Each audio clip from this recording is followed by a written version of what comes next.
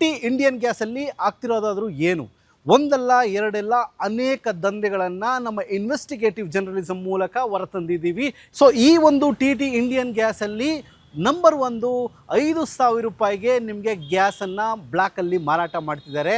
ಏನು ಈ ಒಂದು ವಾರಿಂದ ನಮಗೆ ಗ್ಯಾಸಿನ ಅಭಾವವಾಗಿತ್ತು, ಇದನ್ನು ಸಂಪೂರ್ಣವಾಗಿ ಮಿಸ್ಯೂಸ್ ಮಾಡಿಕೊಂಡಂತಹ ಈ ಇಂಡಿಯನ್ ಗ್ಯಾಸ್ ಅವರು ಎಲ್ಲ ಒಂದು ವರ್ಗದವರಿಗೆ, ಬಡವರಿಗೆ, ಹೋಟೆಲ್ ಅವರಿಗೆ 70% ಸೀಮಿತವಾಗಿ ನೀಡಬೇಕಾದಂತಹ ಗ್ಯಾಸ್ಗಳನ್ನು ಇವರು ಕಾಳದಂಧೆಯಲ್ಲಿ ಮಾಡಿದ್ದಾರೆ. ಇದು ರೆಡ್ ಹ್ಯಾಂಡ್ ಆಗಿ ನಮ್ಮ ಸ್ಟಿಂಗ್ ಆಪರೇಷನಲ್ಲಿ ಸಿಕ್ಕಿದೆ. ಹಾಗೂ ಇವರು 20,000 ಕನೆಕ್ಷನ್ಗಳನ್ನು ಇಂಡಿಯನ್ ಗ್ಯಾಸಿಂದ ನ್ಯೂ NC ಅಂತ ಕರೀತಾರೆ, ನ್ಯೂ ಕನೆಕ್ಷನ್ ಕೊಡುವಂಥದ್ರಲ್ಲಿ ಇವರು ಕಸ್ಟಮರ್ ಬಂದ್ರೂ ನೋಡ್ರಿ ಸಿಲಿಂಡ್ರ್ ಇಲ್ಲ, ನಿಮಗೆ ಬೇಕಂದರೆ ಕನೆಕ್ಷನ್ನ ಬಿಟ್ಕೊಡ್ತೀವಿ ಅಥವಾ ಕನೆಕ್ಷನ್ನ ರಿಲೀಸ್ ಮಾಡ್ತೀವಿ ಅಂತ ಹೇಳಿ ಕನೆಕ್ಷನ್ಗಳನ್ನು ಕೊಟ್ಟಿದ್ದಾರೆ. ಈ ಕನೆಕ್ಷನಲ್ಲಿ ಯಾಕೆ ಹೊಸ ಸಿಲಿಂಡರ್ಗಳನ್ನು ಕೊಟ್ಟಿಲ್ಲ, ಯಾಕೆ ಇಂಡಿಯನ್ ಗ್ಯಾಸ್ ಇದ್ರ ಬಗ್ಗೆ ಇನ್ವೆಸ್ಟಿಗೇಷನ್ ಮಾಡಬಾರ್ದು, ಇದು ಸಂಪೂರ್ಣವಾಗಿ ಇಲ್ಲೀಗಲ್ಲು.